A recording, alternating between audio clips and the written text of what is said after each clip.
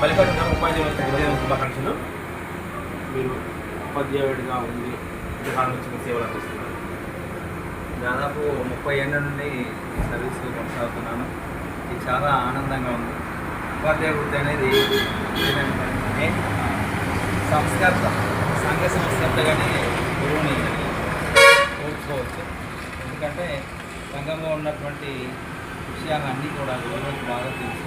ఆ విషయాలన్నింటినీ కూడా విద్యార్థులకు బోధించి విద్యార్థులను చాలా తెలివైనటువంటి వారిగా తీర్చిదిద్దడంలో ఉపాధ్యాయుడి యొక్క పాత్ర చాలా గొప్పగా చెప్పుకోవచ్చు.